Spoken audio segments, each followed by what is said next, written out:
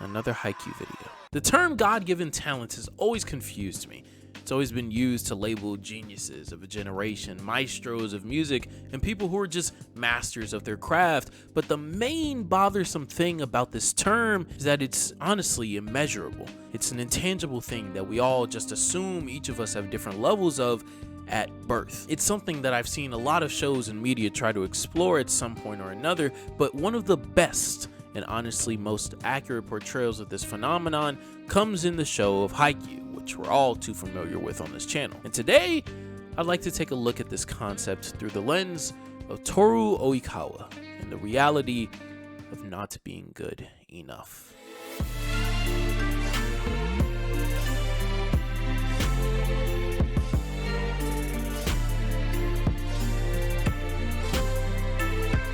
Although I may not believe that we're all given a certain level of God-given talent in some things, I do think that everyone has their own levels of aptitude for something that they can achieve given their own traits and abilities throughout their lifetime. This is something that's commonly explored in sports series and sports stories, and specifically physical sports, in which different levels of endurance and physical feats are dependent on one's own natural traits and developed abilities. Two characters in Haikyuu that embody this phenomenon the most come in the form of Oikawa and our protagonist Hinata. The show uses them to show us that there are characters that, despite their successes, despite their hard work, despite their passion for the same sport as everyone else, sometimes physical traits and lack of natural talent get in the way of reaching the tops of the verse that they may want to reach so very badly. And it's interesting, especially considering the way that we're introduced to Oikawa at the beginning of the series through the lens of our protagonist, him being our antagonist. We see him looking down upon the characters that we're following with Hinata and Kageyama. He is the character that is outclassing everyone that we've met so far, easily being at least the second best player in the tournament in the first 5 episodes of the series. The Great King, they called him, as he dominated the court, being one of the best setters in all of Japan, and clearly a formidable force for the rest of the series. In this introduction, we get hints at Oikawa's history with Kageyama, and with Kageyama being our deuteragonist, we get to see a more zoomed out lens at this relationship and the dichotomy between these two characters, as there isn't going to be much of a focus on Kageyama as there would be Hinata, and because of that, it gives us more space to learn Oikawa's motivations and his history alone. Later in the series, we learn about Oikawa's self-identification, self-awareness, and self-diagnostic of its limitations, and the difference between himself and Kageyama's level of aptitude. And the worst part among them all is the fact that he's come to accept it ever since the two were in middle school. As I mentioned in my last video when I was talking about Mob from Mob Psycho 100, check out that video if you haven't. I really worked hard on that video. I know it's short, so I hope you guys enjoy it. Sometimes there's a duality that we must all face between our passions and our natural talents, or at least our natural aptitude to accomplish some things as opposed to others. And Oikawa realized this. Like I said, he realized the difference between himself and Kageyama's level of skill and natural ability earlier on back in middle school. And as a result of this, the only way that Oikawa was able to get to the point to where we see him in episode 4 and 5 of the series is because of the tremendous amounts of work that he's put in and the amazing job that he's done fitting into the team and honestly making the team his own at Alba Josai. He's only been able to reach this level of success because of the camaraderie that he and his teammates share, that he's developed with his hardworking nature, his infectious personality, and his simple passion for the sport of volleyball.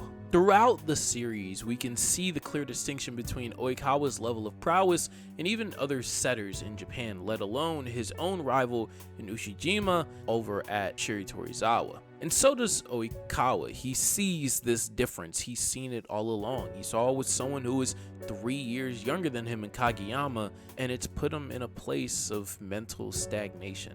Not everything that you like or fall in love with, you're gonna be good at. It's something that a lot of us, especially around my age group of high school graduates, college students, and honestly just high schoolers, and it's difficult to grasp your head around the idea that something that you want to achieve and honestly strive for so bad could potentially just be out of your reach entirely due to not having a level of natural aptitude for that specific subject. All in all, Oikawa's acceptance and contentment in his ideas of subpar play and subpar talent compared to someone like Kageyama, and not being able to reach the levels that he will eventually be able to reach, is pretty unhealthy. But one of the things that I can admire about his worldview and Oikawa's character, despite being the antagonist of the series early on, is the fact that later on he comes to healthily accept the fact that, yeah, there is a talent difference. Kageyama has the chance, Ushijima has the chance, and many other setters in Japan have the chance to be complete geniuses and put in the same work that Oikawa does, combined with the natural talent that they may have that he lacks. He comes to find a way to accept this and also not view himself as completely inferior to these people. He can still work to an extent and become happy and pleased with himself because of the work. Not because of settling in second place or third place or understanding that, hey, I'm just worse than these guys, and that's all she wrote. But he comes to acknowledge and he comes to realize that he, because of the sport that he plays, because of the things that he does, is able to put himself in the same situations as them when it comes to capitalizing, staying on the court as long as they can, and getting a win. He gets to play volleyball, thing that he loves to do, and although he may not be able to reach the same mountaintop that Kageyama can, at the end of the day he can still find peace within himself. At the end of the series, he can still see himself as an equal to everyone because of the position that he's able to put himself in, that only he can. The thing that Oikawa lacks, that isn't quite putting him at the same level as Oikawa as of the start of the series, is that leadership, is the ability to blend along with any hitter, with any libero, in any lineup, become friends with everyone, in service and play to everyone else's needs and play to everyone else's strengths. It's something that Kageyama spends the entire series learning to do just with Hinata, let alone the rest of the hitters on his team like Asahi or Tanaka. The underlying thing that this character teaches me, the thing that he shows me the most, is that as long as you can find peace within yourself, as long as you can feel happy about the effort and the things that you've done and the drive that you had to accomplish the goals that you set out for yourself so long ago, it's okay to dedicate so much time to this thing that you have a passion for.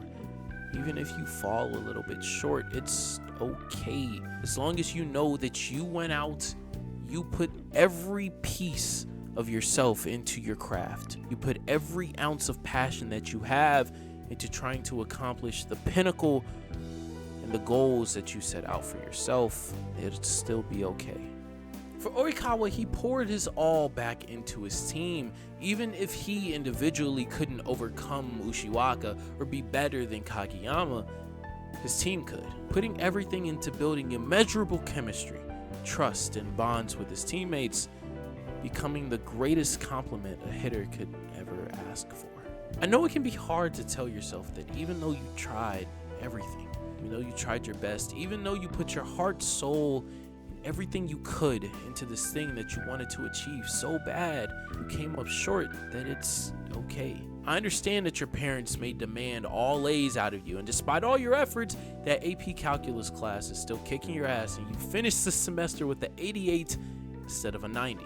I get that your 40-yard dash time is still 3 milliseconds off from winning first place and getting that illustrious gold medal that your entire sporting career is built around achieving. I understand, and I've felt the pain of feeling inches away from something, a goal that you had set out for yourself so long, but it feels like your natural, uncontrollable talent couldn't change the outcome.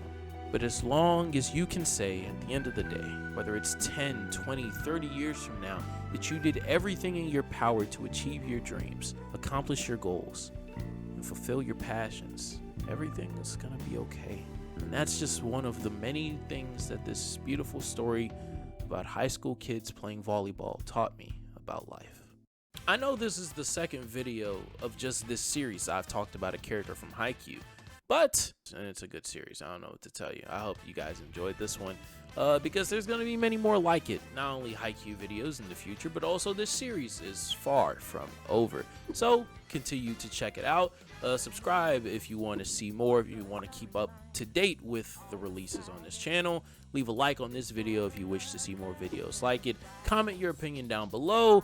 And I just appreciate everybody for watching. Catch me on my podcast and also streaming on this channel before the podcast, where I'll be playing, I don't know, Fortnite maybe, like you guys voted on Twitter. Follow me on Twitter as well. So catch me on those two things every week now. Yeah, we're doing a podcast every week. Do all that to keep up to date with the content on this channel and everything, including me. Hope that you guys have a great day, and I'll talk to you later. Peace.